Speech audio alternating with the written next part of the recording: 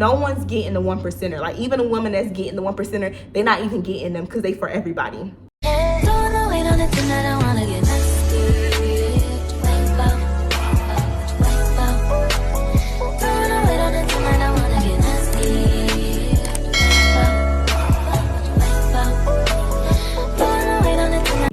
The video, your girl is back again with another girl chat. If you're new to my channel, hey girl, hey. And if you're a returning subscriber, I don't even gotta say nothing because you know what's up, I know what's up, we know what's up, and that's on period. And Mary had a little lamb.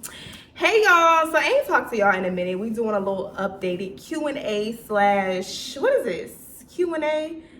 Yeah, Q&A slash some questions. I actually asked me some questions on my community tab a few weeks ago, and y'all, let's go ahead and get into it. Before we get into this video, go ahead and like, comment, and subscribe. And also, yeah, you ain't excused. Get your little drink out, y'all. I'm drinking on some $3.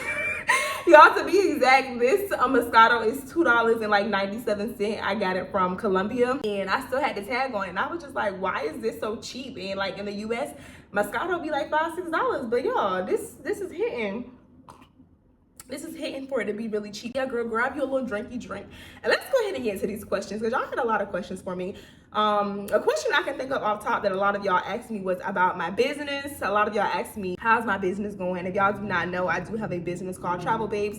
And it's basically where I travel out the country with other individuals that may not have friends, or they may not have I don't know, y'all, the skills to plan a trip, or they may just want to go on a girls trip and they just don't have the community to do that. So I created a community for other like-minded women to go out the country. How is the business going? The business is going very, very well. And then another question I got is, why did I start the business? And to be quite frankly, honestly with y'all, when I first decided to make Travel Babes a business, it was very unintentional. I think I was just on Instagram and I just posted who want to go on a girls trip or whatever, and I think I put who was interested, who going, and who's not interested. And for the people that said they was not interested, F you, because now we getting paid over here. And for the people that said that they were interested, I think it was like 400 of y'all that said y'all was interested, and it was like maybe 30 or 40 people saying like, sign me up, like where we going, like bitch, where we going? And then I made a group chat, and then I just started talking with all of y'all through Instagram, and that's how it started, y'all. It literally started from a Instagram story post, and I didn't even think that the business would be getting this far, to be truthfully honest. But y'all, the business is going well. I love what I do, and it's actually working. Like earlier today, I got a confirmation of that because I was on, was that Instagram? Yeah, I was on Instagram, and two of the girls that went on my trip, they're linking and they're on a trip together, like currently now as we speak. And that's literally the purpose of my business. I want to start a community where other women can find like-minded women just like them and bond and connect and build friendships, y'all. And two of the girls on my trip, they on a trip together. So I love that for me. So Travel Babes is doing very, very well. Another question I got, which was, I seen this a lot in my comments. Y'all wanted to know how me and my man met. And y'all, we're not gonna go too much in detail about it. All I'm gonna say is we met each other at his job. I feel like in the future, once, you know, I got a ring on my finger, then I'll give y'all like an in-depth, like how we met, and if he'll ever be on my channel like that, like if he'll ever have a face. If y'all do see him in a vlog or a video, it might be on some Wizard Kelly-ish, but I'm never gonna just pop up on the internet and like make videos with my man, just simply because I want to keep that part of my life private until my man becomes my husband. Y'all know men be acting up, and I'm not super attached to anyone. And hold on, that kind of sound wrong. Let me backpedal. So what I'm saying is, I will drop anybody when it comes to my respect. Like when it comes to my respect and my loyalty, I will drop anybody, and I'm not attached to anybody. Like some people are like head over heels, like it's love beyond anything. Somebody can disrespect them and they can still, like, you know, just do anything for that person, and that's not me. My relationship status can change in a drop of a minute, because the moment you're not treating me like you was treating me to get me, then I'm gone. I'm out the picture. Like I don't really want to settle. I don't really want to settle, y'all. From me dating previously, a lot of times I would make excuses, but now I'm just really like, you don't have to settle. Like if somebody else won't do it, the next man will do it. So I don't want to share too much of my relationship on here until I'm married, because when I'm married, I take marriage serious. Like we locked in you know, to death do us apart. So then I'll, you know, share more on my man on here. But when it comes to like y'all getting in-depth details, y'all probably won't get that until he becomes my husband, or I don't know, y'all. I might just pop out like this one day, like one video, because that's just, I don't know, that's just me. But another question that I got, well, this question was requested in the DM, so I'm gonna answer it for my girl. She actually sent me this question, I think like a few weeks ago, y'all. So she said that she had a request. So she was like, one of these days, I think you should talk about the importance of being independent within your relationship, because I really love how you embrace your independence all while maintaining a relationship. Independence as in you still do the things that you love, like going on trips and doing things that make you happy. Sometimes I feel like we forget that when we merge our lives with somebody else. I feel like I sometimes struggle with that now. So yeah, girl, I feel you and I get you on that. I don't want to say I was always like this, and y'all, the sun is setting, so if the lighting is going in and out, that's why. I personally don't want to say I wasn't always like this, y'all. I too used to be in a relationship where I was very codependent on my partner, and during that time, like when me and this man was not together, like I would literally feel like it was the end of the world, and I really didn't have nothing going on. Like it just made sense. Like I didn't really have much going on in my life at that time, so that's why I made my life all about him. So now that I have a lot going on in my life, like I've been in a relationship for the past, I want to say like maybe 7-8 months now, y'all, and I've done solo trips by myself. I've left the country like I think 3 times without my boyfriend. Like me and Gabby went on a trip. I did the solo trip to South Africa. I did Puerto Rico. Like I've been on a few trips without my man, and I don't know, I just really like when I was single, I really prioritized me. Like I put me first. Like you can be in a relationship and not always just be about your man. Your man don't have to be your world. Like I remember a few years ago, I used to have this friend where anytime she was in a relationship, she could not multitask. She would just cut me off. She would cut all her other friends off. She would cut her family off. Like she would just cut everybody off of this man. And then she would come crawling back when this man was no longer around. It's just like, why? Like, do you not have a life outside of this man? And that's literally the case, y'all. A lot of women do not have life outside of their significant other. And you'll know that because you'll start to, like, you know, always be under him. You will never do the things that you love. You will make everything about him. And that's how I was in one of my previous relationships. Like I would always, like, I don't know, the world just felt like it was ending when me and my man wasn't on good terms. But now that I put me first and I prioritize me before anybody, like we good over here.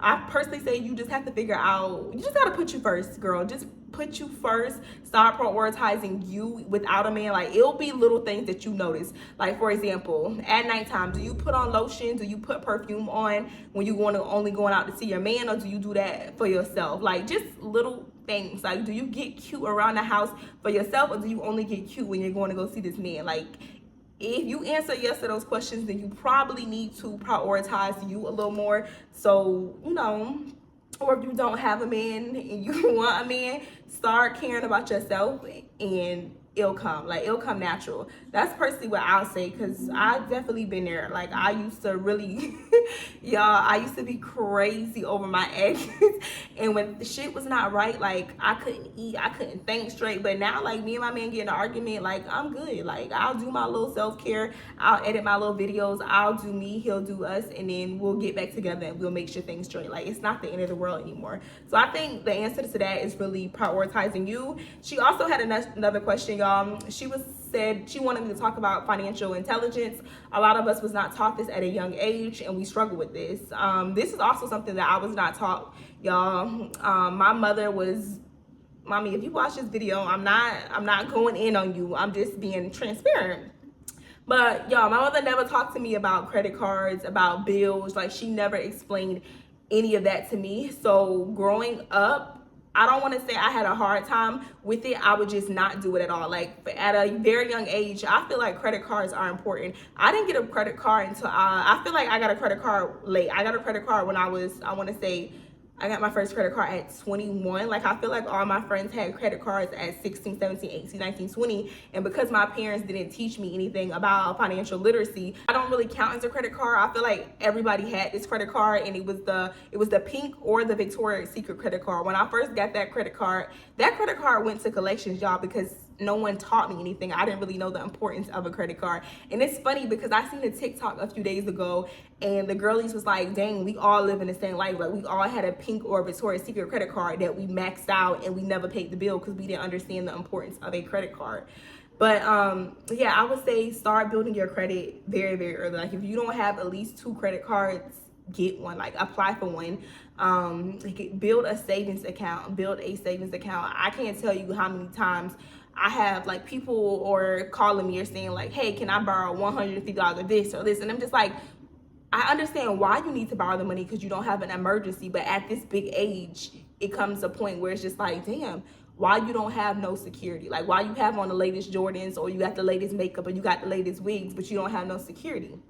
So it's just very important. It is hard, but just start little by little. Like, take $50 out of each paycheck to build that safety net, because it's gonna come a time where you down. Like, that's just life, y'all. We gonna have ups, we gonna have downs, and when you down, you gotta make sure you good at the end of the day. And another thing I realized at that time of my life, the reason why I was so irresponsible with money, and I didn't understand the importance of having financial security, is simply because I always had somebody to depend on. Like, if something went wrong with my car and I needed to get something fixed last minute, I could call on a boyfriend, I can call on them. But like, I always had somebody. I never not had anybody in my corner. Once I got older and realized that, damn, my mama's not always gonna be here to get me out. Or when I was single and I didn't have a nigga that I can call and be like, hey, can I borrow some money? That's when I started really getting on my Zoom, y'all, because I didn't have nobody to depend on. So even if you do have somebody to depend on, don't depend on them. Depend on yourself. Start building your savings now. Start getting credit cards now. Another question, because we got off the grid a little bit. Another question someone had said, can we talk about independence as a Black woman and how the strong Black woman trope only pushes further, I guess she meant only further pushes us into trauma, burnout, unnecessary amount of anxiety. I see you're independent and I would love to hear your perspective. Thank you, girl. But yeah, she's definitely right. I feel like we don't just wake up and we don't just want to say, like, we don't just wake up and we don't just say, oh, I'm gonna pay all my bills, or I'm gonna open my own door, or I'm gonna do this on my own. I feel like this mindset is stemmed from being let down in the past. Like, so many of us have depended on people to do things for us, or to protect us, or to provide for us, but they wasn't there, so we had to like build this. I personally don't think that there's women that just walk around and they're just like, oh, I don't need no. I think that is a defense mechanism that happened because you were let down so many times. Like, who wants to who wants to pay all their bills? Who wants to, like, you know what I'm saying? Who want to be etro macho and independent? Like, I don't think us as women, like, we were born to be that way. Like, I feel like we're very soft, nurturing creatures at heart. And the women that do vocally say, oh, I don't need no man, I don't da-da-da. Like, you could be dependent, but you can still lean on a man. And that's what a lot of people don't understand. Like, I'm very independent, but I still lean on my man. And I feel like being independent means whether or not he's here, things are still going to get done. But the fact that he is here, I can still lean on him, if that makes sense. I think a lot of times men, definitely men, y'all, I used to have this ex and be like, oh, well, why you need this from me? Why you need this if you independent? It's just like, baby, those are two different things. I could be independent, but still have expectations for you, if that makes sense. So to answer your questions, girl, it is very important for y'all to be soft. Definitely, if you have friends and family and people that treat you with grace around you, like, be soft, y'all, because that does cause depression, trauma, anxiety. That does cause all of that. But I do understand the reality of the situation is a lot of people don't have those people, and those people they can lean on. Someone said, how you met your man and your process of editing, creating your videos, your setup and everything. I can show y'all my process in a vlog, because I'm actually working on my beauty room now, so I can show y'all behind the scenes of that. But again, I met my man at his job. This is a good one. Someone says, do a video all about dating. Summary of your dating experience in 2023, what you learned, what not to do, what makes you stand out, etc.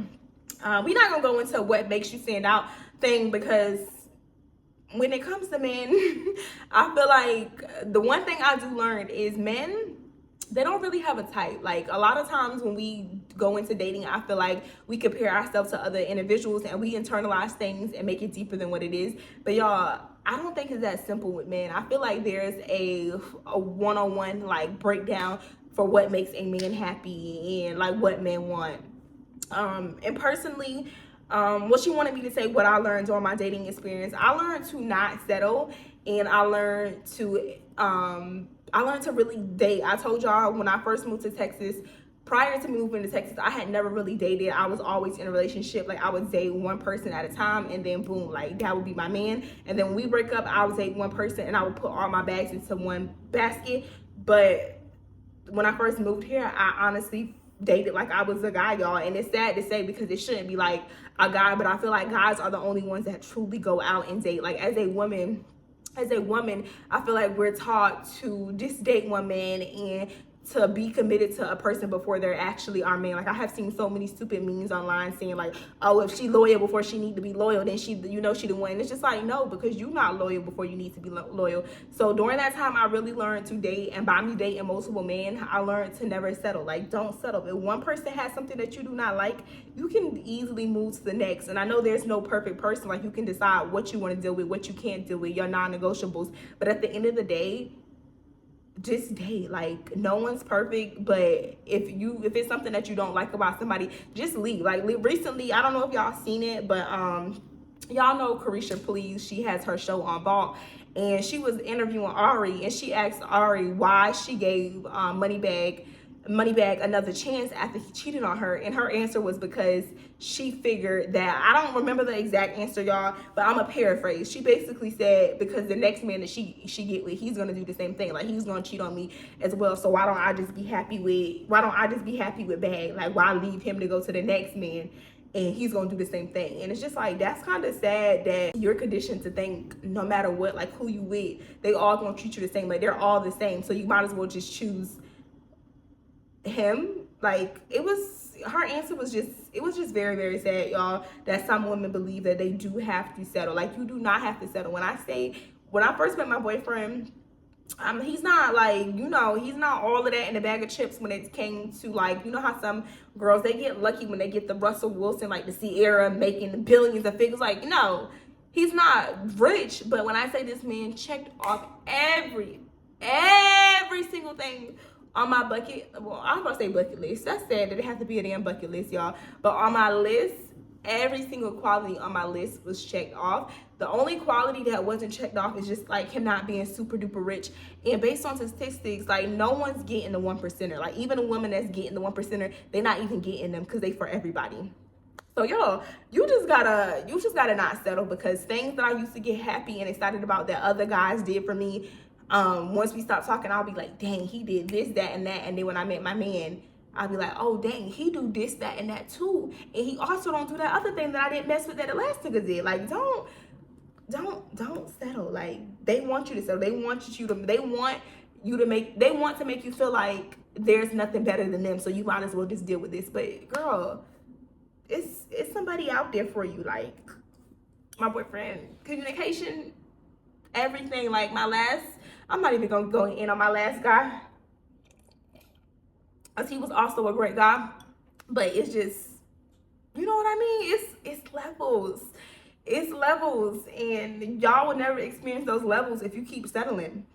Don't settle. She said, thoughts on boyfriends having a girl best friend. This one right here is a bit tricky for me, because in the past, it really depends on the person. Like, you have to know your man. It depends on the person. Because in the past, when I want to say like young, sort of high school, 18, 19, I was dating this guy, and he was friends with this girl. And I say this girl would like always be on his back, but I would never make a big deal about it, because I'm like, all right, you've been friends with this girl before you even met me. So I'm completely okay and open with my man having a girlfriend, not a girl. Is she say best friend? You can have a girl, okay, she said a girl best friend. Cancel all that I just said. The last 10 minutes, disregard. No, my man can't have no girl's best friend, because I am his girl's best friend. I thought she said girlfriends. Yeah, you can have girlfriends, but a girl best friend? No, that's me. Someone said,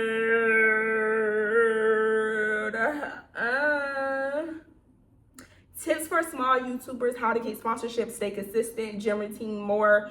and dating story times. Okay, let me see. I'm gonna do that one. That was actually the last one, y'all.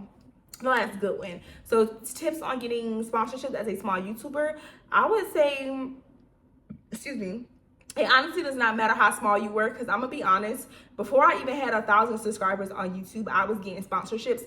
And at that time I was getting sponsorships because my views were like, I had hella views at that time and I didn't have any followers. I think my first YouTube video, well, my second YouTube video that popped up, it was that faux lock video, and people were reaching out to me wanting to send me like faux lock hair and wanted to pay me, and I barely had 500 subscribers. So your numbers matter. I wouldn't really focus on your subscription number. I would more so focus on quality content, and if you are getting some traction, that's all they really care about. Like, even to this day, y'all, if y'all haven't noticed, my hair reviews only get like 1K, 2K, like no more than like 5K views on a hair install. But y'all see, I continue to post them and companies continue to reach out to me, because it does not matter about the number, it just matters about the quality and if you're getting some traction.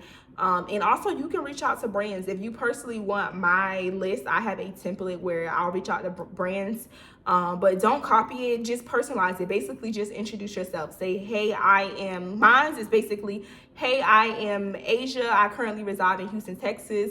I am a lifestyle and decor. Like, I just basically I think I put that I'm a lifestyle and beauty content creator, which needs to be updated, y'all, because I guess hair is beauty. Is that beauty? I guess I am a beauty content creator, y'all. But that's what I put on there. I'll be lying too.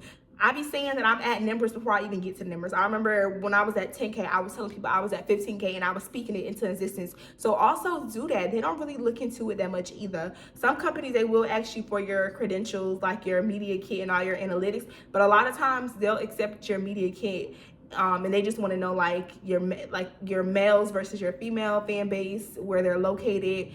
Just reach out to companies, introduce yourself, and say who you are, what type of content you make. You can send them your Instagram, TikTok, or YouTube, and let them know, hey, like, who you are. And at the very beginning, don't be afraid to start off just getting gifted sponsorships. Like, before I got here, I would accept a lot of gifted sponsorships. Like, even currently, I think I'm about to accept a gifted sponsorship from Shein. Y'all, it's cold outside right now, and I gotta go winter shopping anyway. So if they want to gift me with some free clothes in exchange of a little try on haul, hell, I gotta try the clothes on anyway. So yeah, go ahead and do it. Don't ever think you too big to take a gifted sponsorship. At the very beginning, I would recommend taking gifted sponsorships so other companies can know to hit you up. That's what I did. Like, I was taking a lot of gifted sponsorships.